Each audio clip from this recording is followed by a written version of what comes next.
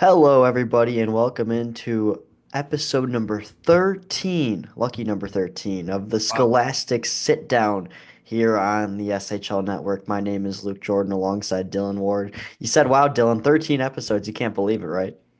Yeah, 13 episodes, and it took all the way till now for me to sit in this comfy black leather chair instead of that office chair. I mean, this is the Scholastic sit down after all, so I thought if I'm going to be sitting down, I might as well be comfortable.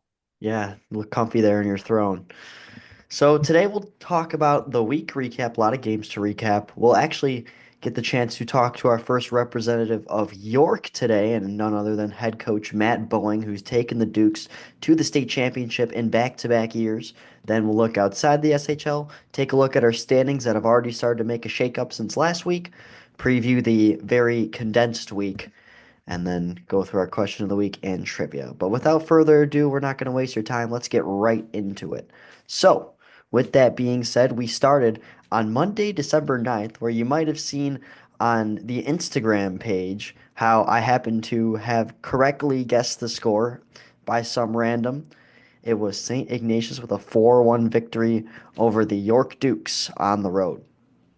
Yeah, Luke, that prediction was spot on, and this is just St. Ignatius continuing their hot streak. York was also hot coming into this game, but at the end of the day, one team had to win, and it was the Wolfpack who are really seriously starting to cement their case as a state championship favorite. Absolutely. Sam Schwartz recent power rankings had them at the number one over New Trier, so a big jump for them. Then we look at Wednesday, speaking of the devil, the Trevians hosting the Titans of Glenbrook South. This was a pretty crazy game, Dylan. Me and you were there for it, and it seemed like New Trier had things in the bag with a 1-0 lead heading to the final minutes of the third.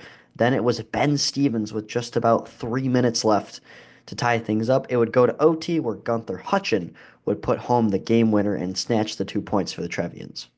Yeah, that was quite the interesting game, Luke, as you mentioned, because the first goal of the game, Ethan Baker scored very early on, and then until then it sort of became a grudge match. And I'm not even gonna say it was a goaltending duel in spite of the low scoring games. It was just, I mean, don't get me wrong, the goaltenders made some nice saves, but really it was just neither team finding that opportunity that clicked until that game tying goal from Ben Stevens, as you pointed out. But then Gunther Hutchin in overtime, just like you said, Luke. So New Trier able to take the win there, but GBS gets a point out of it.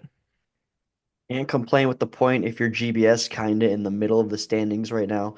Just got to take games one at a time. I believe they're currently 6 out of 11. On the Friday slate, we had a surprising 4 games. Not too often you see that. Typically, you're looking more 2, 3 games every Friday. But we were pretty stacked up with Stevenson and York kicking us off. Then it was Glenbrook North and Carmel, St. Viator, New Trier, and Glenbrook South and Fenwick. Starting off, Stevenson wins, or sorry, Stevenson loses 3-0 to York. I saw some pictures, pretty packed house over at a Friday night in Addison in their cream uniforms, taking the win there. 2 goal second period. Carmel just falls short to Glenbrook North, a score of 4-3. It took a shootout where the Spartans eventually took it home. Then it was another extra time matchup where New Trier went down in overtime to the stick of Connor Sibigtroth, his second goal of that game, as the St. Viators have now beaten New Trier in SHL play not once but twice. And then to cap things off, it was Glenbrook South on the road at Fenwick. What was a tie game through the second period was a third period explosion from Glenbrook South. 3 goals coming from Adam Sokol, Ben Stevens, and Frank Surma to give the Titans a 5-2 victory over there. Anything that sticks out to you here, Dylan? Well, the obvious one, of course, is St. Viator beating New Trier. And, like you said, Luke, this is their second win over the Trevians. They clinched the season series over New Trier Green, which for any team is not an easy task to do against that powerhouse.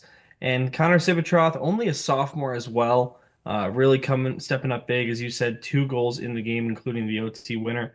Also, one that stuck out to me was Glenbrook North and Carmel. Obviously, Carmel's had some big upset wins over the top teams in the state. You look at Loyola and New Trier both losing to Carmel by wide margins, and the Corsairs coming that close to taking down another Illinois powerhouse, but eventually it was won in the shootout by GBN, Luke.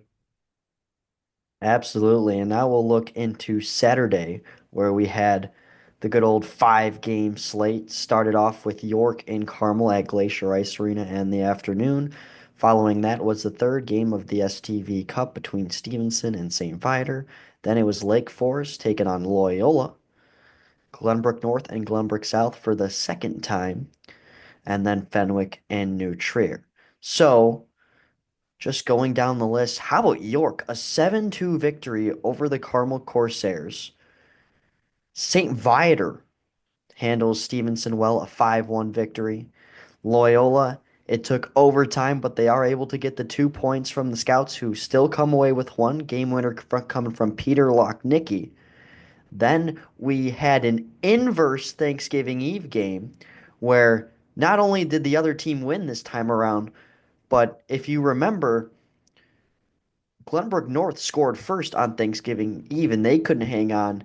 This time it was Glenbrook South scoring first. They couldn't hang on. A goal not only in the second but in the third as well for the Spartans, evening up the big rivalry series there at one apiece.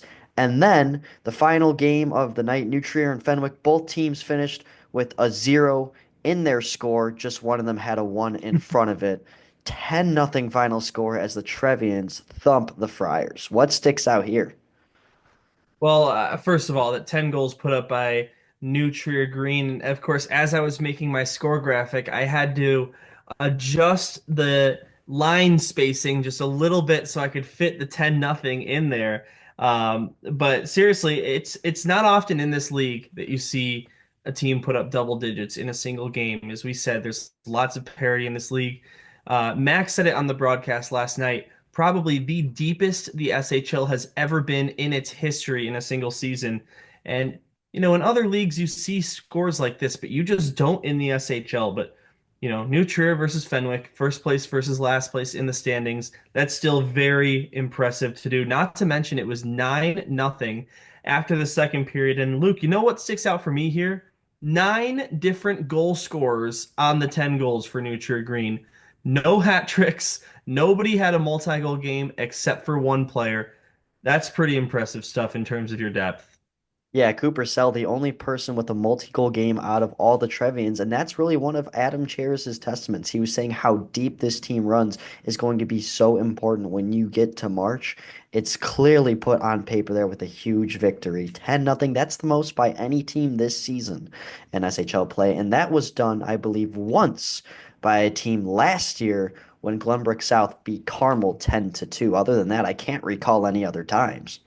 And Luke, you think you're selling yourself short there. I don't think you believe that's what happened. I think you know because you were on the call for that I game. was, yes. But Luke, in the post-COVID era, there have only been three times a team has put up 10 goals in a single game.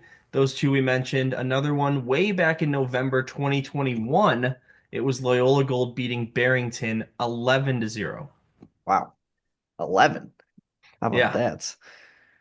Anyway, other than that, I mean, I feel like a lot of these scores are ones we should have expected on the Saturday slate, but York would have expected them to beat Carmel just by the stats lately, but how about a 5 goal margin? Yeah, I got the running clock on them, and that's a huge win for York because they've been hot recently, but they're still kind of towards the bottom of the standings based on how they've been doing leading up to this hot stretch that they've been on of 6-1-1 in their last 8 games. Um, and Carmel is a team that they're going to be fighting with for those, that position in the standings to maybe squeak into the home ice advantage, stay above that playoff line. So that's a huge win in that season series for the Dukes. Andrew Papadopoulos with 4 points. Did I say that right, Dylan? You did. That's a I fun did, one. really? How about that? Papadopoulos. 2 goals, 2 assists in that 7-2 victory for the Dukes. Headed to Sunday, we only had 2 games, and it was Glenbrook South, New Trier, and then St. Ignatius Loyola. That was our SHL game of the week. That was a fun one. But looking first at the Trevians and the Titans meeting for the last time this season, and once again it was all Trevians, but this time they had to wait to celebrate until the shootout, which was yet to happen this season between the two. It went to the second round where Ethan Baker got the winner and Wyatt Schmidt made the game-winning save on Blake Hoffer. Yeah, and it looked like it was going to be a high-scoring game after the first period. New Trier led 2-1. Then GBS tied it in that second period. Then not a lot to show for after that between either team. Again, it was sort of one of those grudge matches. I would definitely say that this game was far more of a goaltending duel than the first game, even though it was higher scoring. Back-to-back saves on both ends of the ice. And for New Trier, they sweep Glenbrook South after they did that to them last year. And this is actually New Trier's first time sweeping GBS since the pre-COVID era in the SHL regular season. So Glenbrook South has always found a way to get at least that one victory over New Trier. And as for the Titans, look, you have two games against New Trier in 5 days. If you told the Titans they'd be 1-1 after those, that probably wouldn't sound so bad. Well, guess what, Luke? They got 2 points in those two games. So That's true. according to the standings, that's equivalent to a win. So, like you said, every point counts, and they, in spite of only one win in their last 5 games in the SHL, have gotten points in 3 of those 5 games. That's a great point you make, Dylan. I think it's an underlying value when you talk about overtime shootout losses because two of them equals a win. It might take two games to get there, but like you said, it's almost like having a 500 record in regulation. So that's a good point you make there. And by the way, St. Ignatius, a 3-2 victory over Loyal. That is now 7 straight SHL wins for the Wolfpack. Something of a similar route how we're seeing Glenbrook North do it last year, or not last year, last month.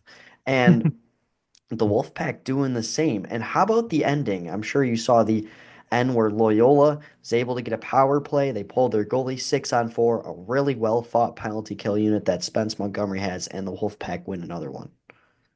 Yeah, and for St. Ignatius, this is a big win streak, especially with 2 wins over Loyola in this streak, both of them 3-2, including last night. They took down York on Monday, as we said, another team that's been on a roll lately, and they're putting themselves in a pretty good position here heading into the final stretch of January, as they won't play again until Saturday this week. That'll be the final SHL game before winter break across the whole league. That'll be on Marquee Sports Network, but I mean, at the end of the day, St. Ignatius is just continuing to make their case as a team to really look out for when it comes to playoff time. Absolutely, Dylan. And now, without further ado, we are going to roll out the green carpet for Matt Boeing, York head coach, who has been to the United Center the last 2 years. We'll get to pick his brain right now. And there he is, our special guest on episode number 13. It is York head coach Matt Boeing. Coach Boeing, how are we doing today? LJ, Dylan Ward, I'm doing awesome, man. Couldn't be more appreciative for having you guys giving me the invite and calling me up to the big leagues, and appreciate all you guys do with the podcast and the league. You're really growing high school hockey and making the game better. Pleasure to have you here, Coach. And let's talk about your team who has been on a tear lately. A losing record on the season for now, but how about the last 8 games? A 6-1-1 record. What's the secret, Coach? Yeah, I think that every year and every SHL team goes through it. You turn over about a third of the roster. You add some new guys, figuring out where guys fit. Some come from AA, from AAA, and it's really just finding about where you're going to be at in the lineup and continuing to grow that culture. So I think that kids are starting to really buy into the system and really starting to play for the guy next to them. It's becomes around this time of year when we start talking to the seniors about where they want to go to college and if they're going to go play juniors next year and putting the sophomores and juniors in those senior positions and painting kids the bigger picture of this is going to be it, fellas. Like we got to figure our game out right now. And that's exactly what's happening. We also had a lot of injuries beginning of the year. We took 24 guys on varsity. So we had a lot of room for growth up and down the lineup. Yeah, and you mentioned get building that chemistry together. You guys have, I forget the number, but a lot of your roster is carried over from last year's team that ultimately finished second place in the state playoffs at the United Center. So, how has that been important for this year, kind of having that head start on some of those lines or maybe just other chemistry pieces? Yeah, every year to year is always a new project to kind of meddle with and see where guys fit. And we had some fourth line guys that are taking over top line minutes this year, and being at the UC the last 2 years has been incredible. But I think once you get to that standard, a lot of the new kids or people that have been there before think that, hey, you know what, we're going to make it back there and it's going to be okay. And every time somebody plays us in the beginning of the year, they celebrate like they just beat, the state finalists every single time they play us. So it took us a little while to realize what we had and that every team's going to come out to beat us, right? I mean, Cheris will tell you that no team is playing their backup goalie against New Trier, and they have a reputation and name to hold up. And over the last few years, I really feel like York has started to build up our reputation to being a household name where everybody's going to be playing their best guys against us, and they do their pre-scouts, and they're going to give us their best product on the ice. So we're getting to a point back to we're going to make that happen in return and be a hard team to play against no matter what. We've always been a lunch pail team. Bring your best effort, work hard, block shots, play your best hockey, and the rest will work out after that. It's a really good point you make there. Can't agree more. So Spence Montgomery, St. Ignatius coach, had this one quote before the O'Grady tournament. He told us, he said, "You can't play 100% for every game of the season. It is practically impossible." Would you say this stretch of 8 games has been your 100% play, and how do you plan to keep that going? Yeah, I think what we tell the kids in the locker room, like, there's no way you can give us your A effort every single game, night in and night out. After that SHL showcase, they're playing 4 games in a row. We have that Friday night ice, so unfortunately, we play a lot of Friday, Saturday, Sunday games. If you can't give us your A plus effort, you got to give us your B plus effort, and whatever you have left in the tank, you got to make sure you're making an impact. And with the culture that we grow a part of the program, it's always the next man up mentality, right? If you look at our stats over the last 4 years, we've never really had anybody in the top 10, top 15, top 20 as far as, guys that'll put the puck away no matter what. We really rely on our work ethic and our brotherhood and being a part of a family to pick each other up. So moving on forwards, it's just making sure that we're giving our best effort and picking each other up and blocking shots and doing the little things and making the most of our opportunities for sure. Well, you talked about the stats over the last few years. Pretty successful for you guys. 2 straight trips to the United Center um, in the state championship game. And, 2 years ago, I would say that you guys were one of the quote unquote favorites to win. But as you know, in the state tournament, all records from the regular season get wiped away. And you guys were actually the 7 seed. You beat Loyola, and then you beat, I think, St. Ignatius in the semifinal to get there again. So, what is it about, getting to that state playoff part of the season that really turns you guys on? And, what are you looking for to do that again when it comes March? Yeah, just playing under pressure. Our guys really thrive with that. We put the guys through some pretty hard circumstances during practice, a lot of competitive games, a lot of small area games. The kids are always playing for something, whether the losing team does it down and back or does a 60. And it's just always putting our players in some chaotic situations. So when it happens in a game, they're going to be able to thrive and make the most of it. And just playing with confidence too. Coach Burgo and I have been together for the last 8 years. So him and I have put together a product on the ice that we really believe in, and the kids see that, and the kids build confidence off of the success that they've had in the past. So, we just got to keep on doing what we're doing, and the proof is in the pudding of the last couple of years with making it as far as we have. So it's all good stuff. So you guys on the season, 2.43 goals a game on average. The last 8 games, you're talking 3.75 goals a game on average. Would you say that's just the guys getting used to each other, or were there some adjustments made on the coaching side? What is the pure formula to that success? Yeah, no, that's a great question. I think that since when you get a bunch of new guys in a room coming from different backgrounds, a lot of guys are maybe used to playing the game at a different level. And the SHL is as an elite level for a high school league in the state. So just giving the guys the confidence, we have made some adjustments. I think in the past, we were kind of trying to be a possession team. When things weren't working out, we just got to get back to the meat and potatoes and getting pucks behind the other team's goal line and going to work and grinding teams out for sure. And that carries over into small area games and different drills that we do in practice, giving kids the confidence with the puck around the blue paint. But you talk to any coach, right? You're going to score goals when you have traffic in front and when you want to outwork the other team. And usually when you're taking pucks to the blue paint, you're outworking guys in front of the net, you're going to come out on the other side of that. And to that point too, there's the hockey gods. I think the beginning part of the season, we were out shooting teams, we were out playing teams, we just weren't finding luck putting pucks away. And trust the process, love the game, and then it'll love you back, right? Kids keep going out there and keep on playing, and they're ended up on the right side of those things. But within every game, it's usually a 1 or 2 goal game difference. So it really comes down to special teams, and it comes down to, at the end of the day, whoever wants it more and is going to play their best brand of hockey is usually going to come out on the other side of that. We owe a lot to our goaltender, Jack Brown, too, who's kept us in a lot of games. And, when he's in between the pipes, he gives us every chance to win. We got to do him the favor and make sure we're putting pucks away, too. Yeah, Jack Brown with 25 saves in your most recent game on Saturday against Carmel Catholic. You get the running clock on them, 7-2, the final score, 38 shots on goal in total for you guys, including double-digit shots in all 3 periods individually. What about that particular game? What kind of takeaways do you have from that, as it was your last game going into this long break of no games? Yeah, definitely building a lot of momentum off of that, especially having our little bit of a hot streak that we had. But that just goes back to the last 2 years, too. We always find ourselves in a slump.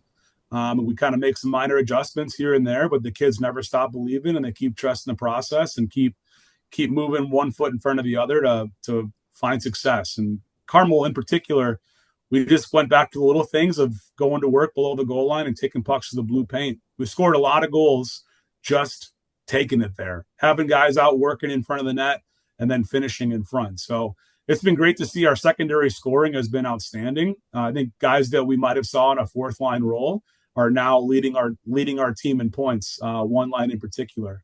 So I know Andrew Papadopoulos had 2 goals and 2 assists. That's a kid as a sophomore last year that worked his butt off every single opportunity that he got. There was never any, hey, coach, what about this? What about that? He just thrives in any situation, and he makes the guys around him better. So it's really cool to see our secondary scoring getting up and running. Last question on my behalf, coach, and this is kind of a out of left field one, but on Instagram we're starting our jersey battle that Dylan likes to run on the SHL Network page. We want your opinion from a higher up. What is your favorite jersey? You can be as York biased as you want, but is there one jersey that you see from your squad or from another squad when they stop on the ice that just makes you go, wow, that was well designed? Yeah, I think this is always so great, and I appreciate you guys putting that together because the kids love it. It's a talk in the locker room. It grows the game. And I think kids have every opportunity to be as creative as possible over the last few years, whether it's getting custom helmets, custom gloves, custom jerseys now. York in particular, over the last 4 years, the kids, all the seniors, design whatever our alternative jersey is going to be. We do that at our team building camping trip at the beginning of the year. Nobody knows what the design is going to be until the jerseys get here in November. So I think that's a really cool thing in particular for a lot of programs to do. But this one this year is one we've never had before. It says the Hearst, and it's got our monocle man on there, cream colors. So really proud of the kids for putting together a product that we've never seen before. So creativity points there. I think the style looks great. But I haven't seen Steve's squad Lake Forest in their baby blues yet. But I'm excited to see those in action because I think those in the Hearst jerseys are my 2 favorites this year for sure. Yeah, Well, Dylan I'll and give I you a were little bit of a spoiler on that, Matt. I have been tracking the votes for the seating, and right now Lake Forest's light blues are in the lead. So Yep.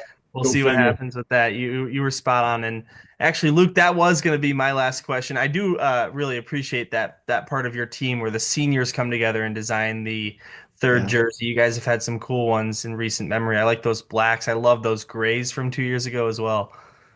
Yeah, those are all incredible. And it's all about culture, right? We coach the game to make these experiences for the kids something they'll remember for the rest of their lives, right? They're going to be telling stories at their weddings. They're going to be best man at each other's weddings. They're going to be our alumni game is this upcoming Friday. And we have like 70 guys that come back from graduating years all the way back from like 76. I think the goalie last year, we put together 2 games, a 21 and over and a 21 and younger. And the goalie was like 70 years old that he came out and played. So it was electric, man. Elmhurst is a hockey town, and it starts with the community. So I've been very blessed to be a coach there over the last 11 years. It's been great.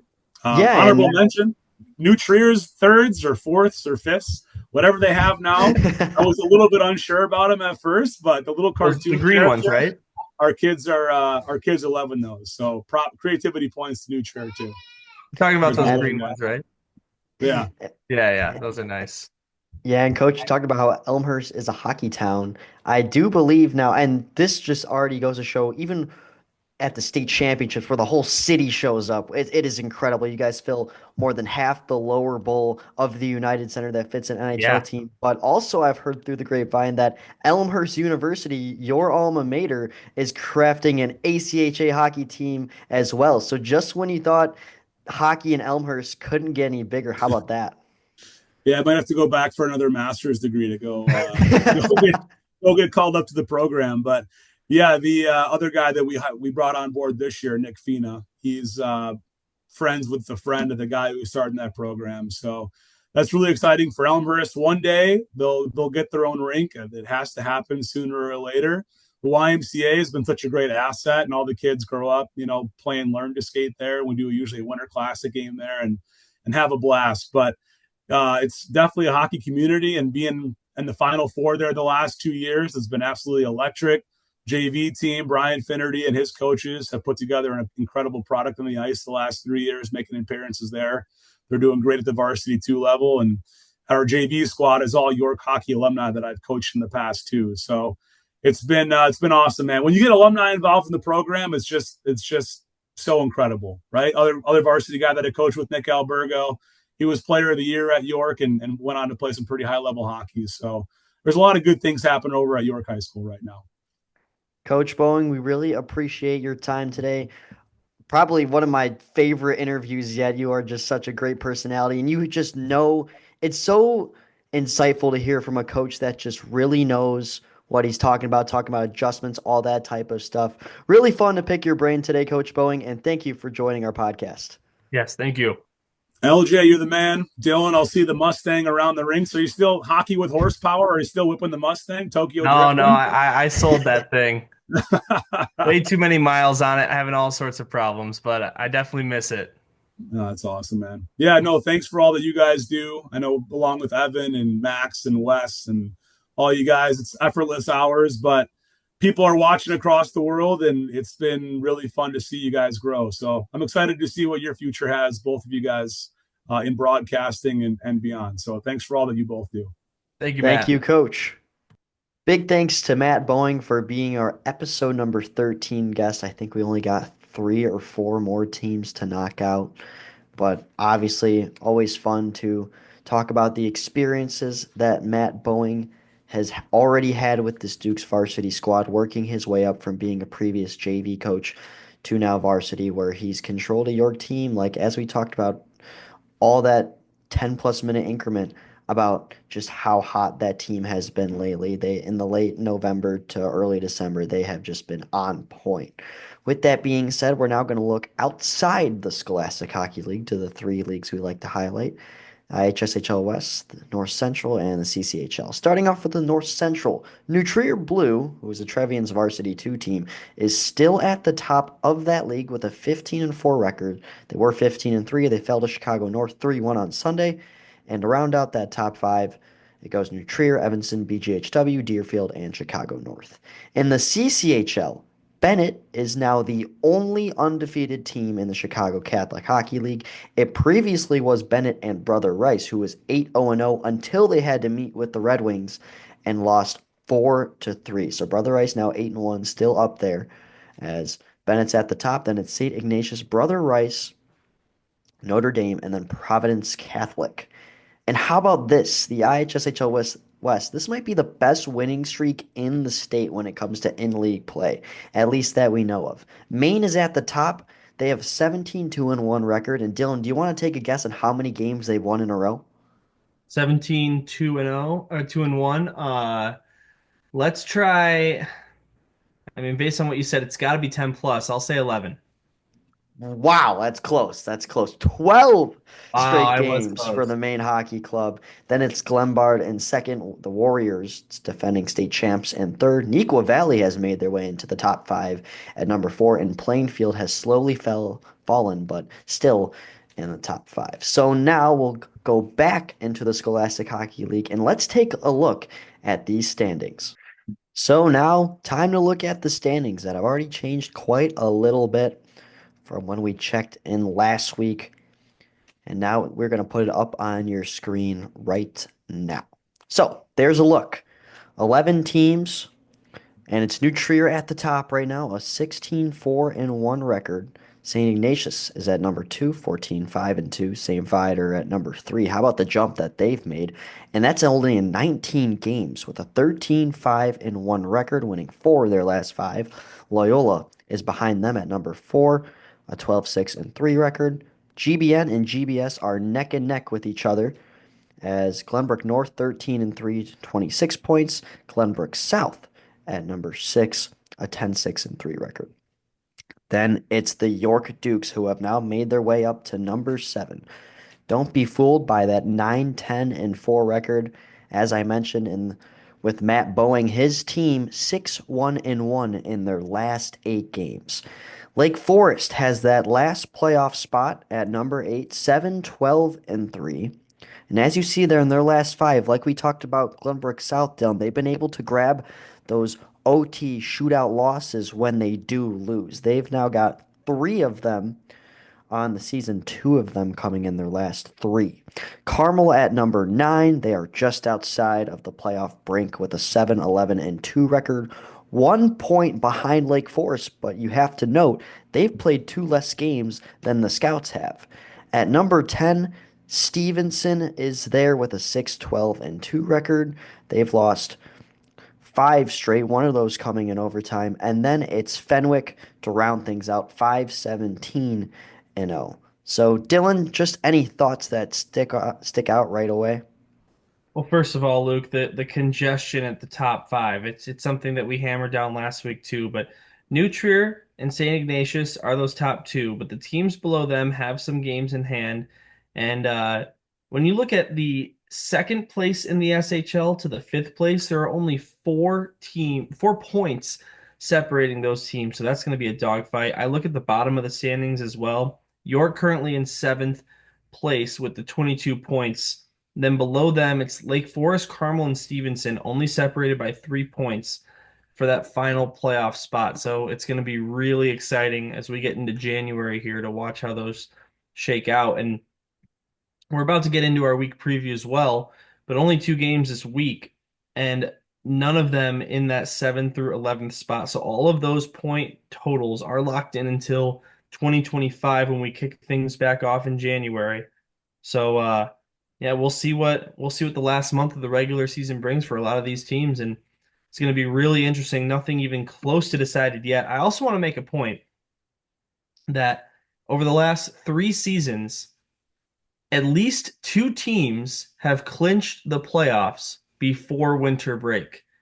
That has not happened this season, and it's not going to happen, Luke, mathematically. So even New Trier, by the mathematical definition, has not clinched the playoffs yet in this deep SHL this season. Yeah, that's an incredible nugget, Dylan. We talk about how this year felt different, how it runs even deeper. That's perfect evidence right there. My last question for you, Dylan. Look at these 11 teams in order. Would you say this is a pretty accurate scale of the power rankings, or do you think there's some teams in the standings who have been playing better hockey as of late and will slowly climb their way up? Well, I look at Glenbrook North, fifth place in the league with points, Absolutely. but first place by points percentage, Luke. And they have 16 games played while nobody else has less than 19 games played. And most of these teams are at that 20 or above mark, including Nutri Green and St. Ignatius, those top two by points.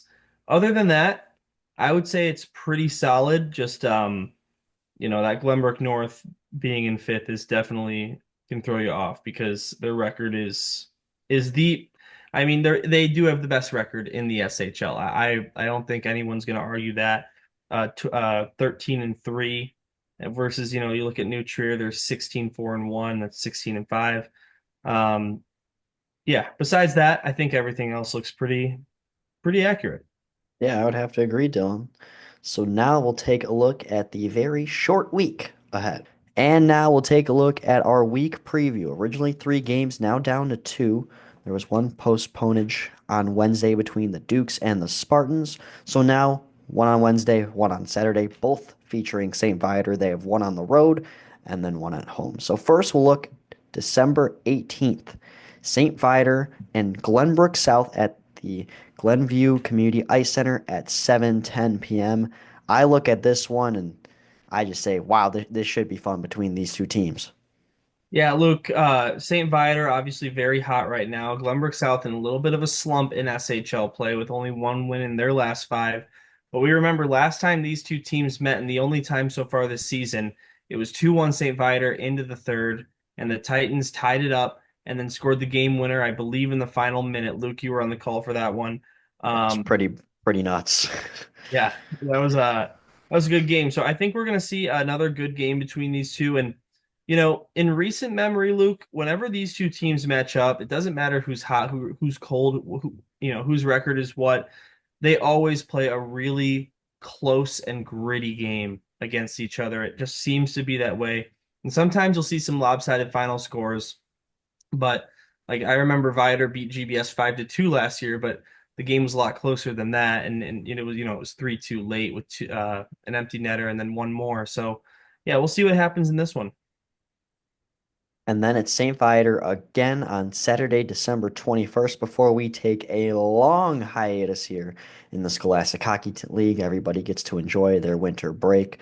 But before that, St. Ignatius and St. Viator, Battle of the Saints, 6:40 at the Mount Prospect Ice Arena, will close out the 2024 year before we flip the calendar to 2025. Yeah, and I'm really looking forward to seeing what happens in this one as of course this will be our second SHL game this season on Marquee Sports Network.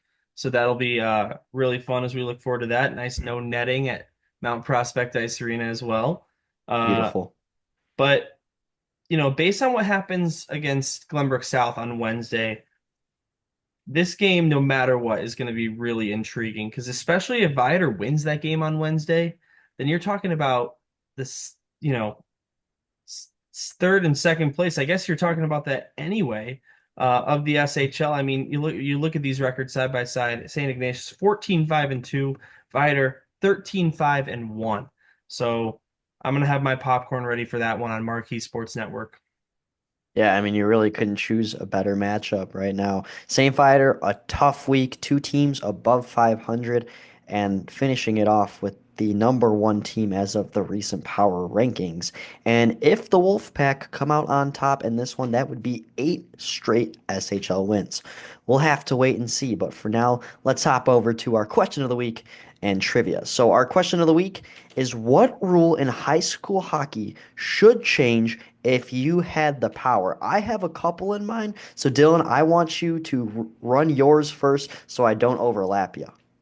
Yeah, Luke, well, two come to my mind. First of all, I think that the puck out of the defensive zone should be a delay of game penalty in high school hockey. I feel like I see, especially goaltenders will do it a lot of time just to give themselves a whistle. And, you know, a lot of times maybe it's not intentional, but I do agree with the reason behind the rule is to, prevent teams from having the ability to do that, maybe get a change as well. And speaking of that, my second change, and I know that, it's never going to happen and it's health and safety thing, but I think that you should not be allowed to change after icing the puck. I think that I see way too many icings in high school hockey, and teams are doing it for the sole reason of getting a change, especially in that long period where it's difficult. Second period, long change, where it's difficult to do so. And I get why it's not a rule at this level, but I still think it should be. Yeah, absolutely, Dylan. That your second one you brought up was my primary one. I think that just allowing no changes on icing brings already so much more strategy to a strategic sport. I think it would be very interesting how teams would try to adapt to that because when you're tired, it's get the puck out of there. You can come change no matter the outcome. But that would be a reality check, and you would see some crazy shift times for teams who are just unable to get the puck out of the zone. My rule change that I would select has to do with icing as well. I think we should have touch icing, where you have to chase it, you have to Mhm. chase it down, because Yeah. there have been some incredible foot races and just watching high school hockey or any level where they are neck and neck or maybe the offensive skater that's forechecking is about to get it, but they blow it dead. And I just think that's such a bummer for people who forecheck their tail off. I I will say it on every broadcast ever. I love a good forecheck and I love a good back check. If you show a good forecheck and you can beat the defender to the puck, even if the puck was iced, you still deserve to have it. So that is my selection. So, And look, I don't think I think that's the biggest palms up moment from people in the yes, stands where they don't know that rule and they're looking at each other. They shouldn't that shouldn't be an icing, right? He won the race. But yeah, it definitely took me through for a loop when I started working in high school hockey. absolutely, Dylan. Last week's trivia question, if you want to repeat it, Dylan, because I might be missing a few pieces, but I have the answer for you. But Yeah, give us well, the question. last week's trivia question was what team put up the most shots on goal in a single game this season so far, and who was it against? So, none other than the man, Dana Loken, 7716, Done. had quite a detailed answer for this one. Okay, guys, I thought this was going to be a hard one to figure out, but then I stumbled upon the SHL stats page, and there it is. Seems like Sam's work. So thanks to him for making this one an easy one. That is Sam's work. So you're right on the bullseye with that one. Loyola put up 51 shots on Carmel, who also put up 40 shots in that game. So how about that as a little bonus, extra credit from Dana Nice. Loken. He says Love at it. the end, 91 total shots seems like a fun one to watch. I absolutely agree. Yeah, Dana's not wrong about that. So, this week's trivia question, and Dana, good luck because this one's going to be practically impossible to find on the SHL website. I made this one pretty hard. You'll have to dive deep. It doesn't even show up on his elite prospects profile. So, this will be tough. But what juniors team did York head coach Matt Boeing play for in his career? Now, this is our guest that we just had on. He played juniors hockey somewhere in the NA3HL. That is the furthest hint I will give you because Dylan Ward, of course, works for the West Bend Power as well as the SHL, so he's got some experience in the NA3. But that's my little hint. Once again, what juniors team did York head coach Matt Boeing play for in his career? So, with that being said, that'll put a cap on episode number 13. It has been a fun 2024 with you all. Of course, we would love to sit and talk Scholastic next week, but what would there to be to talk about other than perhaps recap the scores? So maybe we'll pull out a surprise episode next week. But other than that, if that isn't the case, happy holidays, happy new year. Hawks better win the Winter Classic, and we'll see you then.